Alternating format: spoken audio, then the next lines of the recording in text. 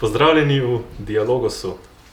Ohranili smo cilj, da se Zemlja ne segreje za več kot 1,5 stopinjo, je bil eden izmed sklepov podnebnega vrha, ki se je pred tednom dni končal v Glasgowu na Škotskem. Vendar pa bo potrebnega še veliko dela, da ta cilj ohranimo pri življenju. To so nekako ključne misli, ki so sledile kompromisu. Kakšne so zaveze, ki jih je planet sprejel s predstavniki držav v Glasgowu? Kaj pomenijo te zaveze za prihodnost našega planeta in ali sploh imamo možnosti, da ustavimo segrevanje planeta? O vsem tem in še čem drugem se bomo danes pogovarjali z našima gostoma, gospodom Markom Maverjem, nekdanjim sekretarjem na Ministrstvu za okolje, ki je kot pogajalec iz Slovenije sodeloval tudi na podnebnem vrhu pred 2 letoma v Katovicah na Poljskem. Danes pa je vodja programa Stranke zelenih dejanj. Pozdravljeni. Lep pozdrav. In pa Erikom Marganom, fizikom in elektrotehnikom, raziskovalcem na Inštitutu Jožef Štefan. Dobrodošli. Hvala. Torej, med ključne zaveze iz Glasgowa spada zmanjšanje subvencij na fosilna goriva, počasen umik iz premoga in pa prenehanje sekanja gozdov do leta 2030. Kaj to pomeni za svet in za države, ki so te zaveze sprejele, gospod Maver? To je dobro vprašanje, ker je tudi ni enostavno, ne. Zavedamo se, da je, kar nam znanost tudi govori, da so globalne spremembe globalen problem in to zadeva tudi globalen pristop. In srečanje, kot ste ga omenili v Glasgowu prejšnji teden in pa vsa ta pretekla srečanja partnerjev oziroma pogodbenic te konvencije imajo en cilj, da omejijo, kar je bilo dogovorjeno leta 2015 s Pariškim sporazumom, da se to segrevanje omeji na 1,5 stopinje oziroma na 2 stopinji s ciljem na 1,5. Kar v zadnjih 5 letih je bil do prejšnjega tedna, so potekala ta pogajanja, priprava knjige pravil, na kakšen način se bodo te zaveze izvajale, kako se odpraviti stran od fosilnih in pa proti obnovljivim virom energije in pa kako zagotoviti ta pravičen prehod v tako imenovano zeleno prihodnost. To izhaja iz dejstva, da globalno segrevanje že povzroča določene težave v razvitem, še posebej pa v državah v razvoju in da je treba nekaj storiti. Kar se tiče uspešnosti konference v Glasgowu, je vprašanje, od koga se to vpraša, ne. Mislim pa, da je neko strinjanje, da bi se dalo bistveno več storiti. Pozitivne stvari so te, da naprimer, da je prišlo do neke, oziroma vsaj prve omembe uporabe premoga. Res, da je bilo razočaranje, največje razočaranje konference je bilo to, da v bistvu ni bila, tekst zaveza ni bila, da se bo premog postopoma umaknil, ampak da se bo postopoma zmanjševal. Pozitivno je nekaj stvar, ampak že to dejstvo, da je bilo omenjeno, je pozitivno. Pozitivno je tudi dejstvo, da sta Evropa in pa, oziroma Evropska unija in pa Združene države sklenile dogovor za zmanjšanje emisij metana za 30% do leta 2030, glede na 2020. Prišlo je do nekih obljub oziroma zavez do povečanja financiranj, tako iz razvitih držav v države v razvoju. Pa tudi določene finančne institucije, ne bil je sklenjen Glasgow podnebni pakt, kjer so se finančne institucije zavezale, da bodo strmele k ogljični nevtralnosti. Vse to nekako nakazuje, da je nek konsenz k pristopu k reševanju tega problema. Dejstvo je pa tudi, oziroma kar so tudi očitki na outcome te konference, da so te zaveze bistveno premale. Kar kaže znanstveno poročilo IPCC-ja in pa tudi druge znanstvene inštitucije, da cilji, kakršni so danes postavljeni, nas peljejo nekje do 2,7 oziroma 2,4, odvisno, koliko resno se izvajajo ukrepi.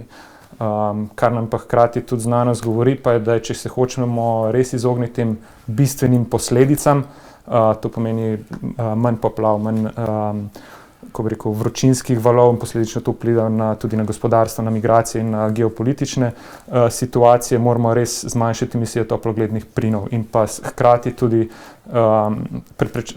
preprečiti krčenje gozdov, ohranjati biodiverziteto in tako naprej. Tako da nekateri bi rekli, da je ta Glasgow bil samo prestavil problem oziroma reševanje problema na naslednjo leto na Egipt in potem iz Egipta na Emirate. Tako da je res treba pretehtati, ali je bil uspešen ali ne. Po mojem mnenju se mi zdi, da bi se dalo bistveno več storiti. Kako se bo, je pa ključno, ne, kar je tudi glavno vprašanje naslavljanja podnebnih sprememb. Nekaj so zaveze, nekaj so pa potem dejanja. No. Ja, to je res. Res je pa tudi, da Glasgow očitno ni zadovoljil nikogar. Ne? Pač po eni strani nekateri bi želeli mnogo več, nekateri bi želeli mnogo bolj konkretne zaveze, nekateri bi želeli pravzaprav večji poudarek na finančni pomoči, zlasti razvitejših k manj razvitim. Ne? In zdaj, kot je Marko omenil, dejansko je celo zmedo povzročila sprememba ene same besede. Ne? Phase out za fosilna goriva, torej opustitev, ne, je bila v zadnjem hipu zamenjana z phase down, se pravi zmanjševanjem. In pol je nastal cel cirkus. Ne. Kakorkoli gledam, meni se zdi, da je pravzaprav dosežek, če temu lahko sploh tako rečem, ne, v bistvu podražitev kuponov CO2, ne, posledično podražitev elektrike, podražitev vseh energentov,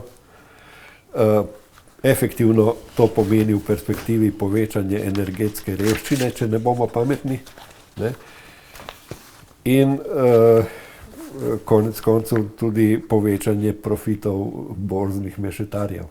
Ne. Jaz ne vem, če je to ravno nekaj, s čimer bi morali biti navdušeni. Tako da jaz si tole jemljem nekako z veliko rezerve. Ne. Ja, mislim, če smem to, kar ste rekli, glede večanje cen kuponov. Evropska komisija in pa tudi določene področje oziroma določeni kraji drugod po svetu so en izmed načinov, kako nasloviti podnebne spremembe skozi finančne mehanizme. Da ti prisiliš oziroma tudi spodbudiš industrijo in pa gospodarstvo, da se razogličijo, ker je to podnebne spremembe so en izmed ključnih problemov današnjega časa. In en način, kako to narediš, je skozi finančni mehanizem. To je trgovanje z emisijskimi kuponi.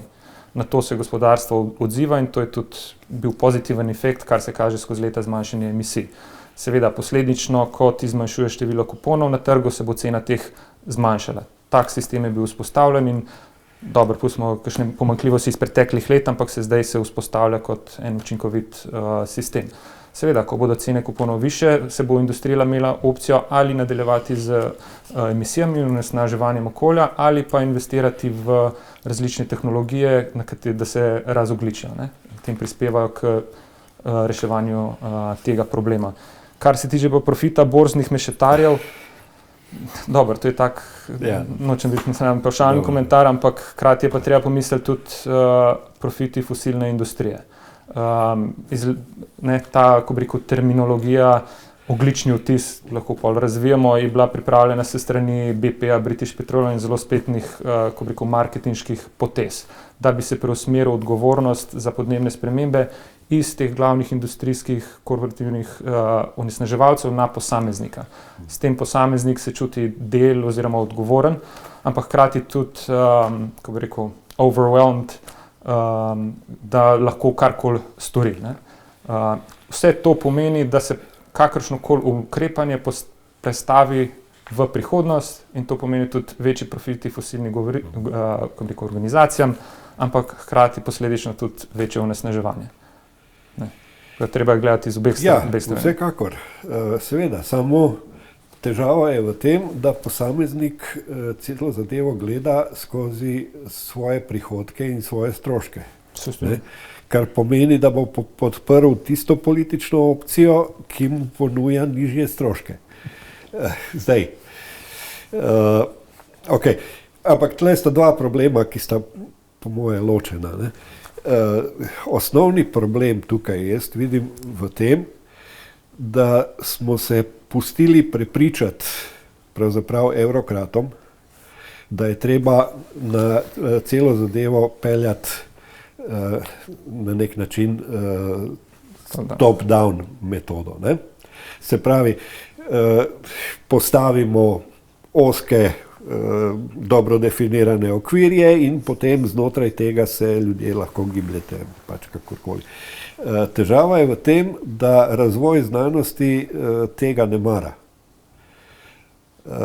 Znanost morate podpreti, da razvija pač tisto, kar sama misli, da je smiselno, na kar pač politiki od časa do časa poberejo smetano.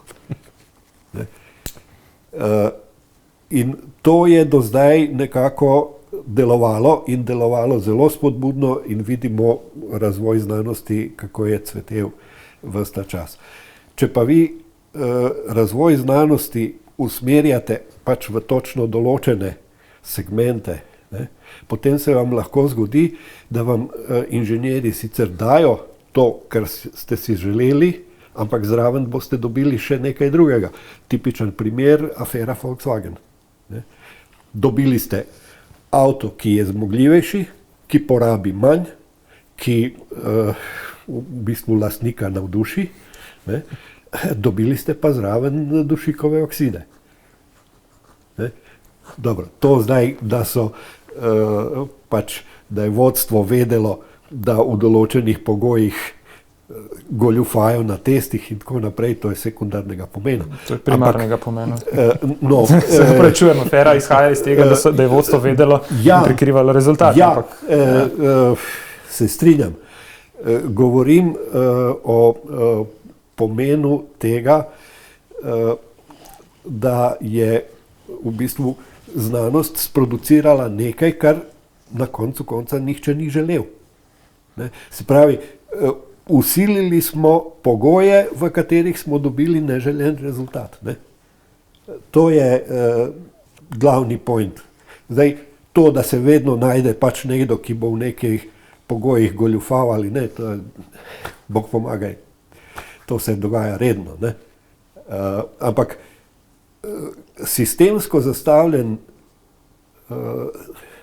načrt bi moral na nek način jeti iz tega, kaj je znanost sama sposobna sproducirati, pač celo paleto možnih rešitev, potem se pa izbere tisto, kar nam v določenem pogojih ustreza, kaj ne, in tako naprej. Ne? Ampak to je ta orientacija. Ne? Ja. In tudi v Sloveniji, recimo, se mi zdi, da smo velikokrat, zlasti v znanosti, ne? Ravno žrtve te top-down mislenosti, ne? Na nek način. V kakšnem smislu? Pač, da se recimo nekateri programi forsirajo bolj kot drugi. Ne vem, mislim, tle je spet paleta raznih možnosti. Zdaj, če bi šel v detalje, pa začel omenjati. Ja, se razumem, ja, se deloma se zlasti ne bi rad pluval v lastno skledo, ne, ker to se popolnoma strinjam z vami. To je problem, ne? Ja. Kako se znanost financira, kako se jo spodbuja, kje se ji da proste roke, kje se jo lahko sploh omeji. To se strinjam z vami, sem tako na kratko, kar se tiče palete rešitev. Seveda, znanost je zelo široka in kompleksna in vsak bo mogoče zagovarjal določeno rešitev kot tisto srebrno puščico. Mislim, da je ključna stvar za odločevalce, za evrokrate, če jih hoče tako pomisliti, je, da dopustijo možnost razvoja vsem tehnologijam. od hidro do solarnih, do vetrne energije, do zajema in skladiščenja CO2 in da ohranja to možnost. Trg bo pa povedal tudi svoje, katera rešitev je optimalna, kaj je primerno za Dansko, kaj je za Nizozemsko, Francijo in pa za Slovenijo. Rešitve ne moramo, oziroma zelo težko se primerjamo. Katere rešitve so potem tiste, ki so recimo v tem primeru za Slovenijo nekako ključne? Katere rešitve po vajnem mnenju so tiste, na katere bi se mogla naša oblast, naše gospodarstvo, naša zakonodaja fokusirati, da jih uvedemo čim hitreje in čim bolj učinkovito? Najprej treba gledati tako kot nek dežnik, kaj želimo sploh doseči. Prvo je to razogljičenje energetike in pa prometa. Promet bo zelo težko razogljičiti, zaradi tega, ker predstavlja velik delež emisij v naši državi. Na kakšen način to doseči, pa treba pogledati, kje ima Slovenija sploh potencial. Imamo hidroenergijo, sicer je že zelo dobro izkoriščena, ampak nekaj malega potenciala je še tam. Vetrna energija, vemo, da so zelo težave z umeščanjem v prostor, tudi potencial na nekaterih področjih je, ampak je zelo vprašljiv, oziroma lahko predstavlja zelo majhen delež. Ampak še zmeraj ne smemo ga, ko bi rekel, izločiti. Tukaj glavno vprašanje bo, kako nadomestiti termoelektrarno Šoštanj in pa premog. Lahko se odloči država, da bo to nadomestila z zemeljskim plinom in uvozom iz tujine, ampak potem postanemo odvisni od tujih dobaviteljev in to seveda posledično vpliva tudi na višanje cen energentov, kakor smo zdaj opazili, se dogaja po in zemeljski plin ni ravno brezogljičen. Je bolj, seveda predstavlja recimo 50% emisij premoga, ampak je še zmeraj fosilno gorivo. In tega mi v Sloveniji v celoti seveda uvažamo. Kako bomo nadomestili termoelektrarno Šoštanj, je pa zdaj vprašanje, ali se bo politika odločila v smeri naprimer agresivne solarizacije. Vemo, obstaja zelo velik potencial nameščanja solarnih panelov na naprimer javnih zgradbah, na degradiranih območjih in pa na kakšen način bomo, oziroma ali se bomo odločili, da ostanemo jedrska država in šli v izgradnjo JEK2. Treba se zavedati, ko gremo v ta prehod elektrifikacije prometa in pa industrije, naprimer, to pomeni bistveno večjo porabo električne oziroma potrebe po električni energiji. Tako da, če se odločimo, da bomo ostali energetsko neodvisni in pa zagotovili zanesljiv vir energije, je treba iti se mi zdi, da, kakor smo prej rekli, v paleto rešitev. Po mojem mnenju je to agresivna solarizacija in pa mogoče v prihodnosti tudi jedrska. S tem, da trenutno je to še vprašanje, ali je to drugi blok, pravi 1100 megavatna enota, ali pa je prihodnost v modularnih reaktorjih. Primarno, hkrati pa še bolj pomembno kot to je pa treba delati na na energetski učinkovitosti in pa seveda zmanjšanju porabe, ker potem bo posledično tudi potreba po tej energiji manjša. Ja, zdaj zmanjšanje porabe sliši se blazno fajn, čudovito, ampak efektivno celotna industrija je že na tem, da špara maksimalno, kar se da, ravno tako večina porabnikov doma. Jaz ne vem, če je tam kaj veliko prostora. Morda recimo, morda se da pač vlagati v učinkovito zaščito stavb, recimo termično, morda drugačen način ogrevanja, ampak to je tudi vse. Kaj dosti več, jaz ne vem, če je tam možno. Ampak 10-15% se mi zdaj kot... Ja, zdaj, jaz sem si malo privoščil zračunati ene stvari, koliko bi rabili solarnih panelov in vetrnic, recimo, če bi hoteli na ta način, v nekem hipotetičnem scenariju seveda, samo nadomestiti TEŠ 6, ki ga bomo pač zagotovo enkrat ugasnili. In če je recimo rok za ugašanje TEŠ 6 tamle leta 33 ali koliko, tamle nekje, pomeni, da bi morali postaviti približno 2000 solarnih panelov na mesec, začevši z letošnjim letom, in 4 vetrnice, recimo velikosti 3 ali velikosti 3 megavata ali nekaj takega. Ne? Se pravi, 4 vetrnice na mesec. Ne? Zdaj, če samo vzamete količino dela, ki je potrebna, da se to opravi, ne? Jaz ne vidim nobene možnosti, da bi v tako kratkem času to sploh dosegli. Ne? Seveda, če gremo na paleto možnosti, potem se to verjetno malo zmanjša. Ne? Ampak na koncu, ker imamo upravka z nestanovitnimi viri, ki pravzaprav večino časa delajo daleč pod svojo maksimalno zmogljivostjo, to pomeni, da rabimo veliko količino hranilnikov energije, ki pa spet niso poceni, ki zahtevajo spet svoja vlaganja in tako naprej. In enostavno ne vidim, nimamo niti delovne sile, ki bi to bila sposobna opraviti, niti zdaj vprašanje je, ali smo kapitalsko sposobni to financirati ali ne, ampak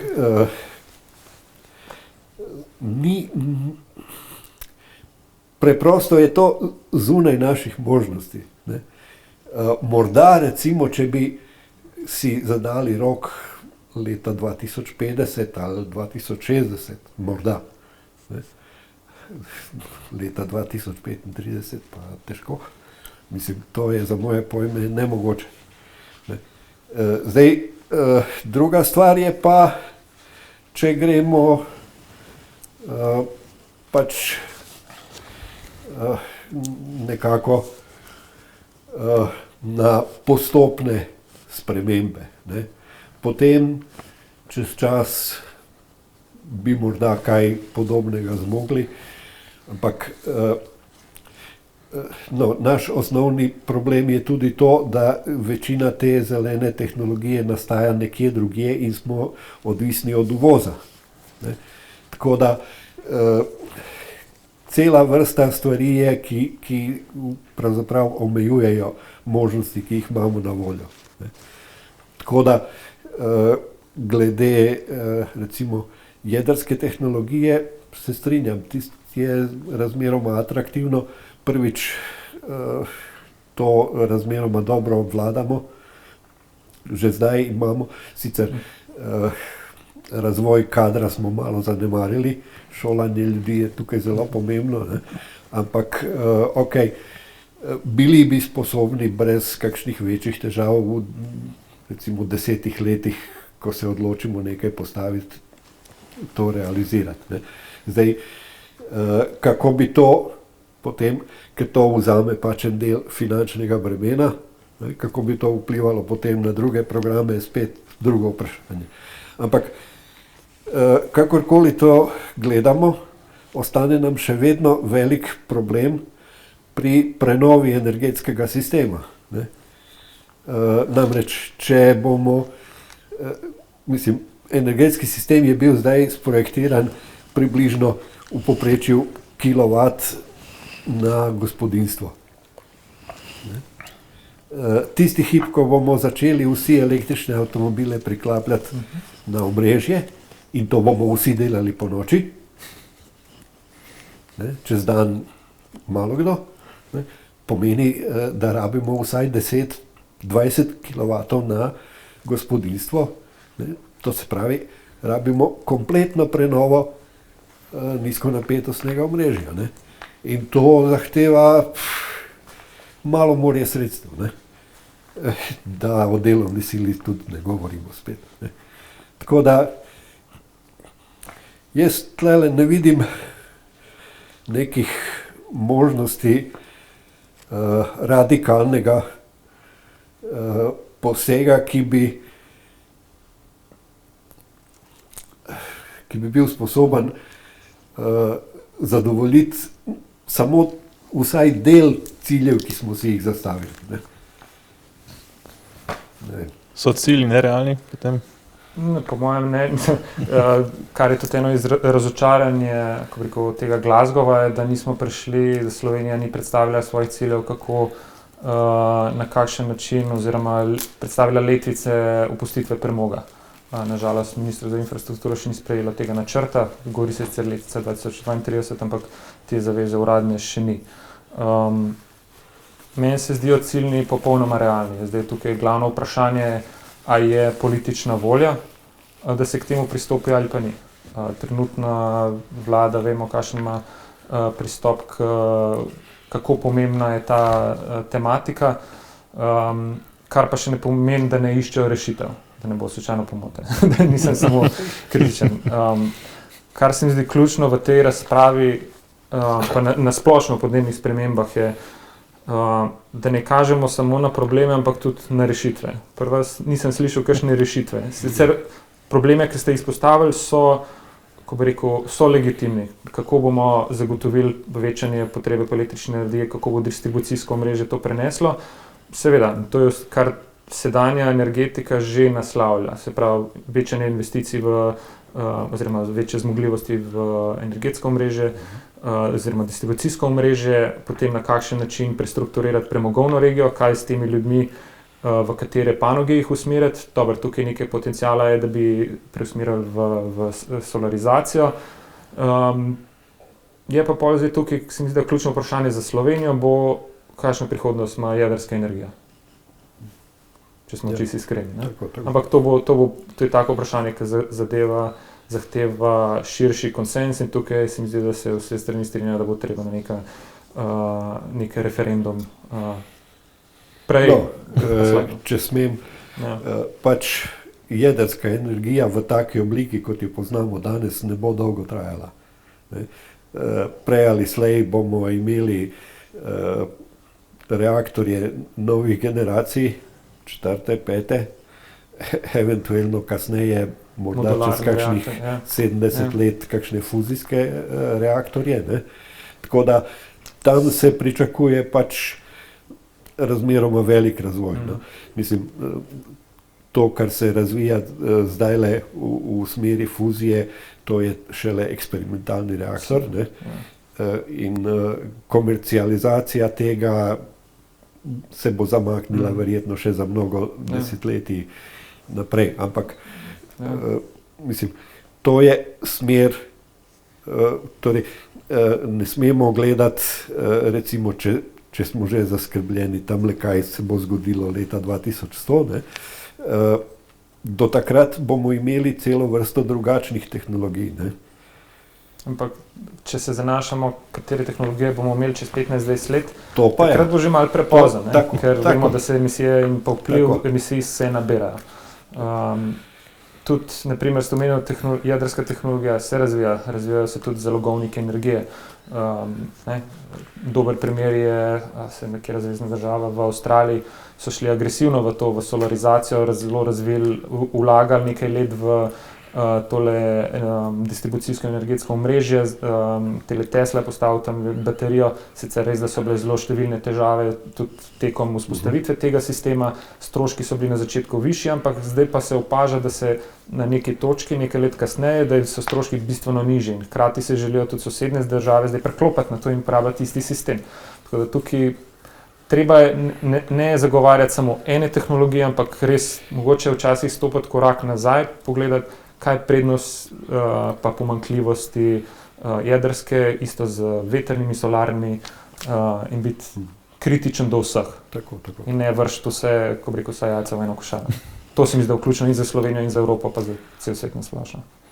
Samo opuščanje fosilnih goriv bo načeloma pomeni neke dvige cene energije, kakorkoli obrnemo.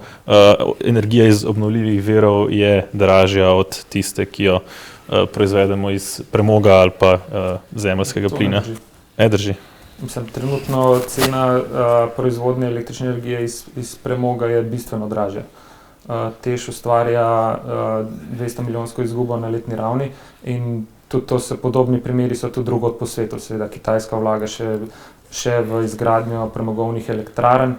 neki so se zavedali, da bodo to opustili, ampak celotno gledano so stroški, odvisno je zdaj, kateri sistem gledamo, gledamo Dansko, gledamo Slovenijo in to včasih se mi zdi, da se razmigli. Ampak analize kažejo, da je dolgoročno gledano je proizvodnja iz obnovljivih virov in pa nizkoogljičnih virov cenejša in pa tudi, kako bi rekel, bolj zdrava, no? Za okolje bolj prijaznejša. To ne pomeni, da bi prišli do nekega višanja cen energije, recimo elektrike za končne uporabnike, za bistvene številke. To je odvisno tudi od, kako bi rekel, proizvajalcev in pa distributerjev električne energije, ne? GEN-I se je odločil na podlagi, kar se trenutne situacije, da ne bo višal cen. Nekateri drugi ponudniki so se za ta pristop odločili, ali zdaj vprašljiv ali ne, mogoče to ni debata za danes, ampak so določene poslovne odločitve, ampak ja, določeno zvišanje stroškov bo prineslo. Zdaj pa odvisno od države, kakšno politiko, kakšne signale bo dala gospodarstvu, na kakšen način bo, rekel, naslavljala vprašanje energetske revščine, je to v obliki voucherja, na kakšne druge načine. To so vprašanja, s katerimi se mora soočati politika v sodelovanju z energetsko stroko. Ja. Če to sodelovanje oziroma iskreno in pa, kako bi rekel, produktivno, če ni kakšnih drugih zasebnih interesov, ne bi smelo priti do bistvenega povečanja cen končnemu uporabniku, ne? Zdaj vprašanje, a se bo vlada odločila za reševanje TEŠ-a z višanjem položnic, bomo videli, ne? Ampak dejstvo je, da je proizvodnja iz premogovnih elektrarn bistveno dražja. Če smem omeniti, Nemci niso neumni, ne? Ampak se jim ni išlo. Njihov energij vem, da je pravzaprav zgrešena investicija. Dobro, je cela vrsta razlogov. So šli v opustitev jedrske energije, so gradili večinoma vetrnice na severu, težko industrijo imajo pa na jugu, težko je tisto transportirati elektriko in tako naprej. Skratka, cela vrsta čudnih odločitev, ki so jih sprejeli, ne? Ampak, mislim, kljub vsemu, ne, kljub vsem denarju, ki so ga vložili v to, ne, imajo ogromne kapacitete, presežek, velik presežek energije iz obnovljivih virov, ne morejo ga izkoristiti in v bistvu efektivno cena se jim je podvojila. Ne, oni so imeli nižje cene od naših nekaj časa. Zdaj le imajo dvojno ceno. Ne. Da smo pa mi mnogo bolj pametni od Nemcev, pa dvomim. Tudi situacija pa sistem je drugačen. Ja, so pogoji, to je res, ampak treba je biti pazljiv, ko se delajo take primerjave, ampak se strinjam, Nemci so se odločili za tako pot in so jih tudi pol to kot bumerang prišlo nazaj. No, če je recimo energija iz obnovljivih virov cenejša od energije iz premoga, zakaj potem že danes nismo tam, zakaj že danes nimamo 100%, zakaj še potrebujemo TEŠ? TEŠ je bil zgrešena investicija, v to smer se je odločil takrat 2006-2007 in to nas je na kakšen način zacementirali. Če bi bilo že v tistih časih, oziroma začetku 2000, nekako res konsens oziroma bi bila odločitev, da se gre k obnovljivim virom, bila mogoče zgodba danes drugačna. 1,5 milijarde investirati v izboljšanje energetskega omrežja in postavitev solarnih elektrarn. Vprašanje, če bi bilo to dovolj za nadomestitev količine proizvodnje, ki jo proizvede TEŠ, to težko reči. Ne, težava je v tem, da se v bistvu prvič, že zdaj imamo pomanjkanje energije in velik del energije uvozimo. Ne? V povprečju okoli 20%, včasih po zimi tudi tamle do 45% energije. Ne? To se pravi, tisti hip, ko gremo mi v opustitev TEŠ-a, bi morali imeti že pripravljeno večji del kapacitet tega pokriti. Jaz ne vidim nobene možnosti, da bi v bistvu obnovljivi viri energije to zmogli v tako kratkem času. Se pravi, 10 letih zelo težko. Čez čas morda, ampak v tako kratkem času nikakor ne. In tisti hip, ko pride do pomanjkanja energije na trgu, ne, potem vstopi tukaj le borza, ne, in se začne kupovanje sem in tja, in ko tisti na drugi strani ve, da ti primanjkuje, pa cene. Vprašanje je pa, zakaj je prišlo do višanja cen pri določenih ponudnikih? Ja, čiste špekulacije. Seveda. Porabniki niso zakupali dodostnih količin in so se ušteli. Vprašanje je bilo tudi to, zakaj je elektrika iz obnovljivih virov dražja. Ravno zaradi tega, ker morate zgraditi bistveno več kapacitet, da iz tega izvlečete tamle približno tretjino, recimo v nekih normalnih pogojih, ampak na dolgi rok. Včasih nimate iz tega nič. Če imate oblačno, pa brez veter je konec. To se pravi, bi morali imeti še v bistvu veliko hranilnikov energije, ki jih je treba spet nafilati, zaradi tega rabite še večje kapacitete in tako naprej in tako naprej. Skratka, zahteve sistema rastejo. In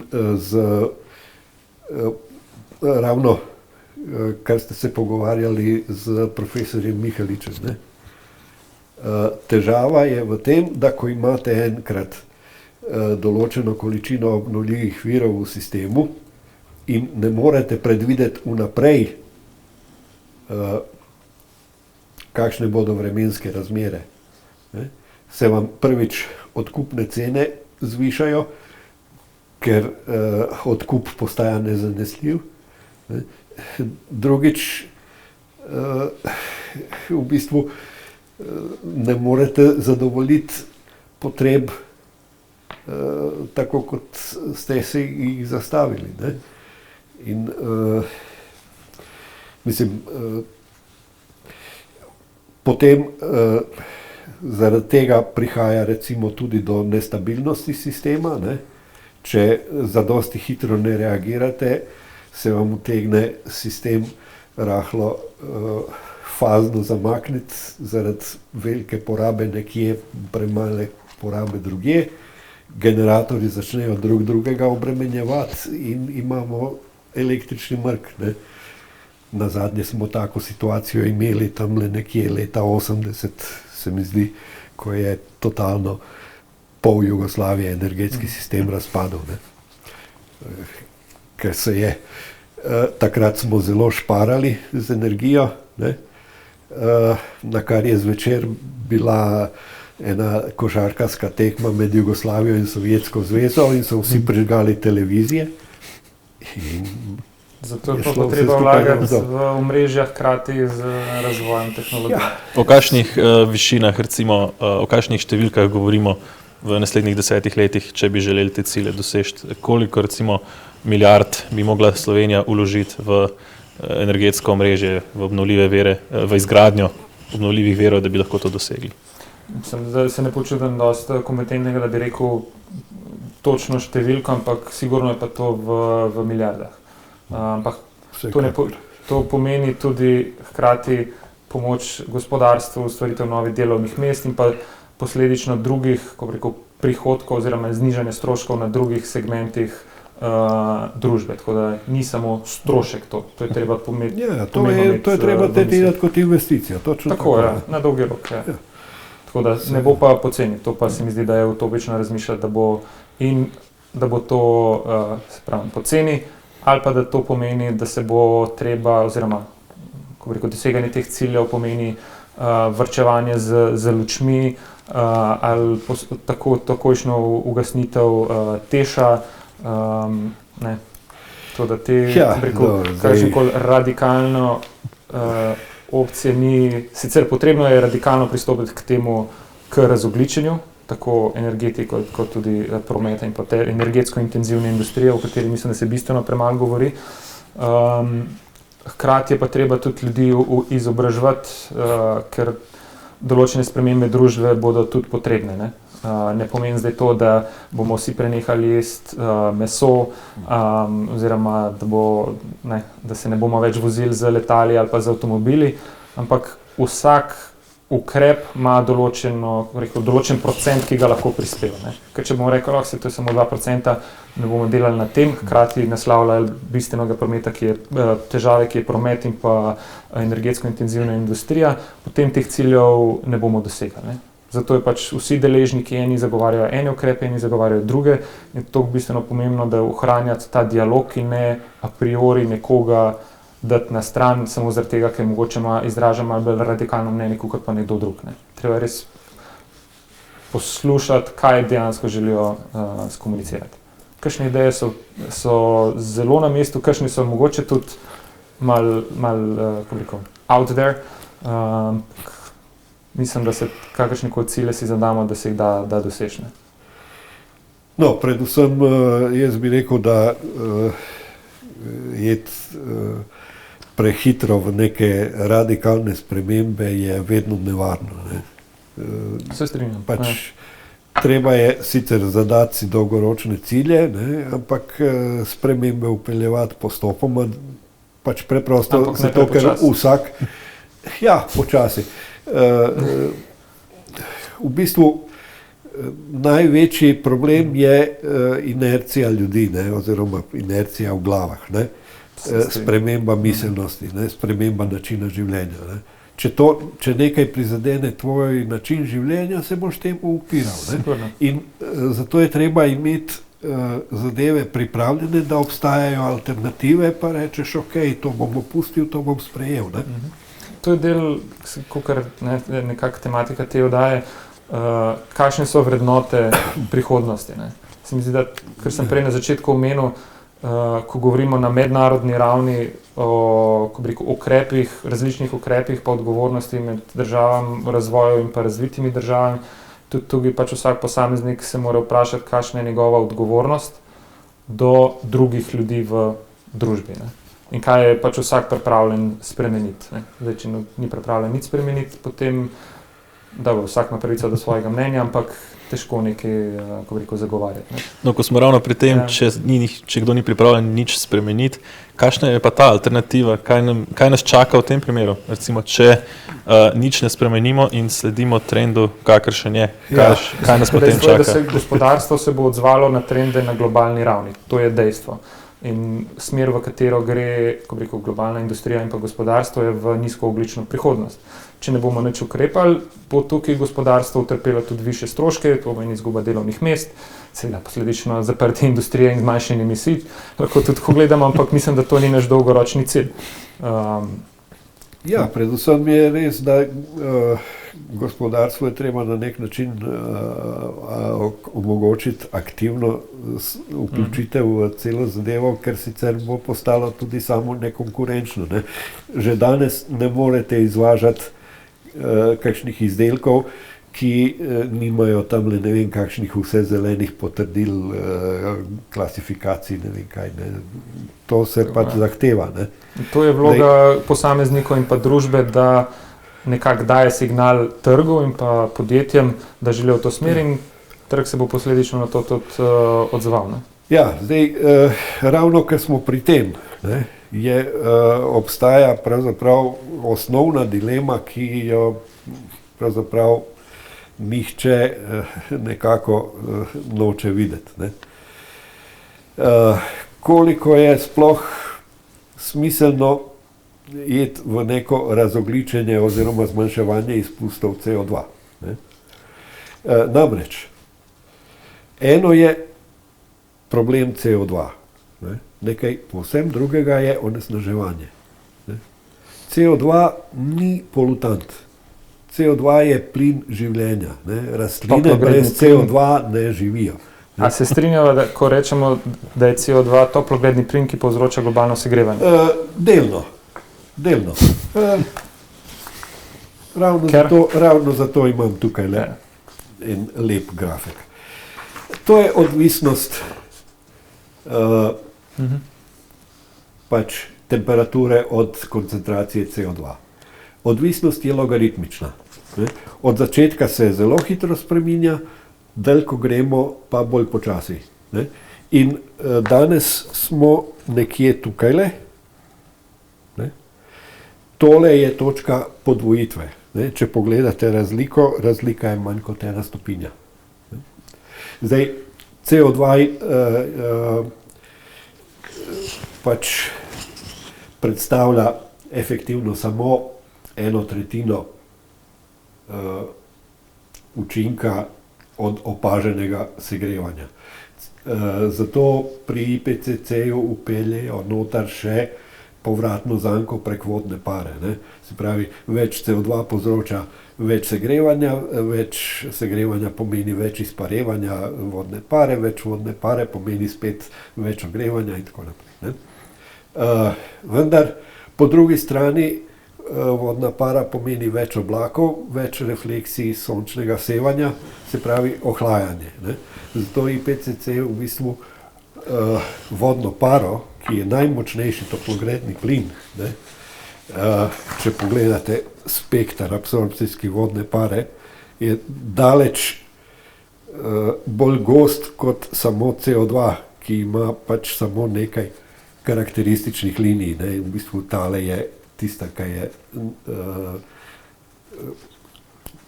bomo rekli najhujša. Ne? In zdaj težava je pa v tem, da če imamo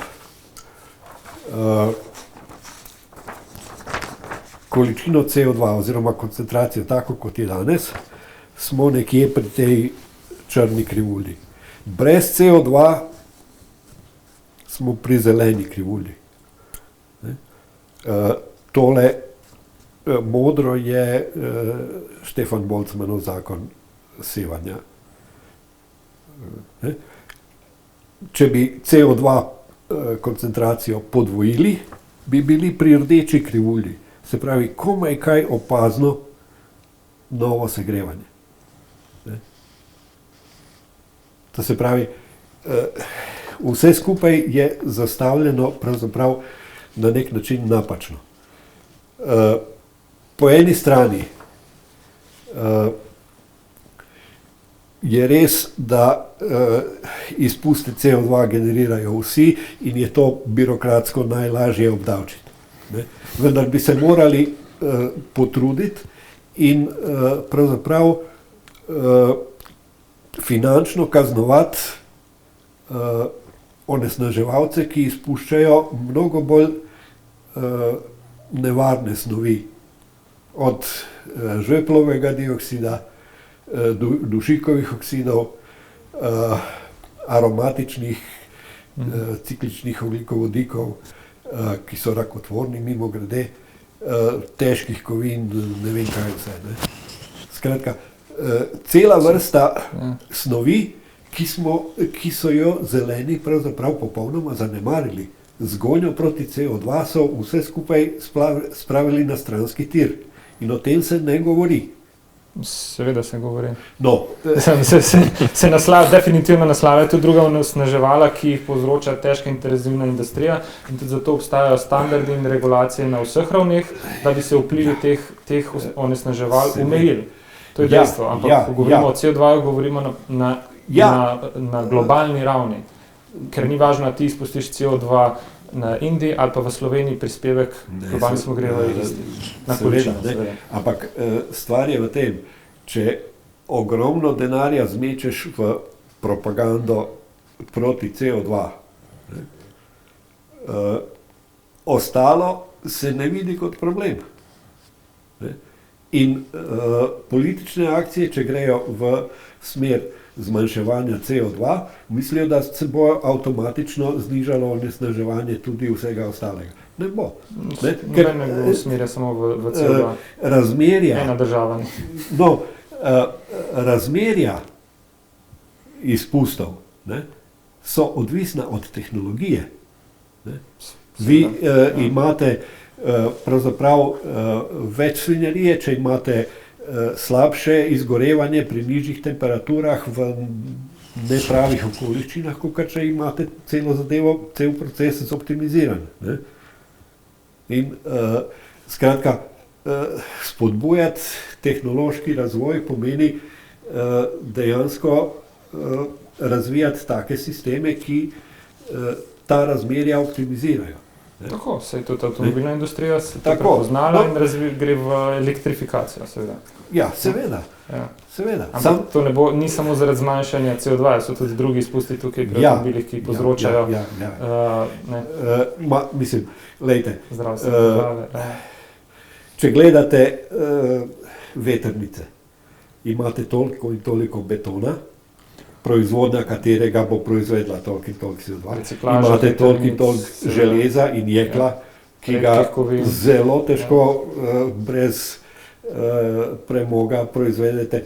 Imate konec koncev tudi karbonska vlakna, iz katerih so lopatice narejene in morate v bistvu to na nek način iz nafte izvleči. Se pravi, imamo sicer, to je potem, ko je enkrat izdelek narejen, je notar fiksno in v svoji življenjski dobi ne proizvaja več. Treba je gledati celoten life cycle. Problem je pa na koncu življenjske dobe, ko je treba to zadevo zamenjati ali reciklirati ali kakorkoli. Ja, to je tudi problem na začetku razvoja vetrnih elektrarn. Vidimo v Nemčiji, na primer, so velika, ko bi rekel, skladišča ali grobnice teh turbine in to je absolutno velik problem. Kot je proizvodnja telih solarnih panelov na Kitajskem, je tudi, kot ste prej na začetku govorili, se strinjam, smo do neke mere potem pol odvisni od uvoza, ne glede na to, ampak zato se pa tudi, razvijajo proizvodne hale za proizvodnjo teh solarnih panelov in v Sloveniji in tudi drugod po Evropi, prav s tem namenom, da ne bi bilo te odvisnosti. No, isti problem je z baterijami avtomobilskimi. Seveda. Tukaj je še vprašanje, kdo koplje te kovine, ne? V severni... Zlasti recimo kobalt. Ja, ko je v Kongu, v Mongoliji. Zato tega sem prej rekel, da je treba zmerno vsako tehnologijo je treba mogoče mečkaj nazaj stopati, pa res vse aspekte razvoja in uporabe nasloviti. No, in če smem izpeljati do konca tale anti-CO2 tirado, intenziteta oziroma pač pogostost tornadov kategorije 3, 4, 5. Praktično ni nobenega trenda. Ravno tako intenziteta njihova in ravno tako se vidi upad trendov pač čez čas. Danes jih imamo mnogo manj, kot smo jih imeli recimo v 30 letih. To je iz vašega članka iz 2019. Ja. No, skratka, zaenkrat iz teh analiz ni videti, da bi bili v kakršnikoli podnebni krizi. Zanimivo, da ste izbrali ciklone pa tornade, ker tukaj je znanost, sicer je vzpostavljena povezava vpliva podnebnih sprememb na te pojave. Niste pa omenil vročinskih valov, intenzivnih poplav, sušnih dni, ki imajo poplave in sušni dni tudi ne kažejo nobenega trenda. Zakaj jih potem niste vključili v ta članek? Trenutno jih nimam. No, kakorkoli. Ampak osnovna težava je v tem, da vsi jemljemo pravzaprav to politično gonjo proti CO2 kot samoumevno. Ne sprašujemo se, kaj to pomeni kot razvojni strošek celotne družbe in ali smo sploh pravzaprav v taki situaciji, da nujno moramo iti tako hitro v spremembe. Če boste vprašali kakšne, ko bi rekel, državljane iz točnih držav ali pa tudi v Afriki, v Aziji, ki se to na dnevni ravni soočajo s temi težavami, s poplavami, z pomanjkanjem vode, bojo verjetno imeli bistveno drugačen odgovor. Mislim, da se včasih, da živimo tukaj v Sloveniji in pa Evropi v nekem coni udobja, v lagodju, ker včasih nam potem pol preprečuje, ko bi rekel, resnejše ukrepanje. To se mi zdi, da je tista tudi ključna težava, ki mora znanost in pa politika znati skomunicirati, da ni samo to, kar se dogaja pri nas doma, ampak je tudi drug svet. To je pač, ko sem govoril, ta vrednota odgovornosti. Samo če pogledate recimo pacifiške otoške države, tam je največji problem tektonika. Se pravi, dihanje zemeljske skorje. Tam so največje spremembe. Če pogledate recimo Maršalove otoke, ki so geološko zelo stabilni, tam praktično ni spremembe gladine oceanov. Recimo v Skandinaviji imate sosedna mesta, recimo Oslo, pa še nekatera druga, kjer ena grejo gor, ena grejo dol. To je posledica tega, da smo pravzaprav šele pred 2 stoletjima in pol prišli iz male ledene dobe, kjer so se določeni ledeniki stalili, pritisk na zemeljsko skorjo je tam upadel in tam se pač počasi dviguje gor. Na drugi strani pa gre dol. Se ledeniki stopili? Tako da, v bistvu, to je pa posledica zakaj se telijo še naprej? Delno sončne aktivnosti, delno orbitalnih procesov. Recimo, v velikem deležu pa tudi vpliva človekove aktivnosti in uporabe fosilnih goriv. Po mojih izračunih je človek tukaj le prispeval morda 20 do 25%, ne več. Na podlagi česa ste to izračunali? Na podlagi tega, koliko CO2 se izmenja na letni ravni v naravnih virih in ponorih in koliko ga spravi človeštvo v ozračje. Če to pogledate, ugotovite, da letna izmenjava CO2 predstavlja nekje 780 milijard ton, kar pomeni približno četrtino celotne vsebnosti CO2 v ozračju. To se na letni ravni izmenja med oceani in ozračjem, med kopnom, rastlinami in ozračjem, bakterijami v zemlji in ozračjem. Pač. To je zanimivo bilo preveč, če imate to študijo, že ste pripravili z vsem preberem. Imam to narejeno, ja. In zdaj, ko pogledate, efektivno na letni ravni pomeni, da človek prispeva tamle okoli 4% tega naraščajočega trenda CO2, ne? Ali pa če gledate kumulativno, čez dolga leta, ne? Skupno recimo od, naprimer 1950 do danes, skupno smo prispevali morda med 20 in 25%, odvisno kaj jemljete kot začetek. Pa še nekaj drugega je. Ne? Recimo, jaz ne vem zakaj, ampak pri IPCC vztrajajo na tem, da je življenjska doba CO2, ko ga enkrat izpustite v ozračje, približno 130 let ali več. Medtem ko celotna svetovna literatura pravi, da je to med 3 do 15 let, v povprečju 6 do 7. Se pravi, cel sistem je mnogo bolj dinamičen, kot mi domnevamo. In to prinese pravzaprav celo vrsto napačnih izračunov, s katerimi potem operiramo in na podlagi katerih v bistvu sploh zavzemamo politična stališča. Ne? To je težava. To je pravi. Čas se nam izteka počasi, smo pri koncu, pa bi oba za zaključek hitro gre čas. Za zaključek prosil še za zaključno misel, na kaj dati fokus, ko bomo razmišljali v naslednjih letih, kam se usmeriti, kam dati recimo družbeni fokus, v katere ukrepe, v katere dejanja, da bomo najboljše možno za našo družbo in za naš planet naredili. Mislim, kar se Slovenije tiče, je vloga oziroma kam lahko usmerimo naš trud je, eno je v družbo samo, poudarjanje več, te povezave človeka z naravo, se mi zdi, da to lahko primere določenih sprememb, in pa vlaganje v pač razne projekte, ki prispevajo k razogličenju. A je to zdaj več v solarizacijo, v razvoj oziroma še hidropotenciala, kakor ga je in potem, kot sem omenil, v jedrsko. Mislim, da nas pa predvsem pa ne vzpostavitvi, ker verjamem, da nek dialog že poteka, ampak nadaljevanju dialoga tako z nevladniki, z industrijo in pa politiko.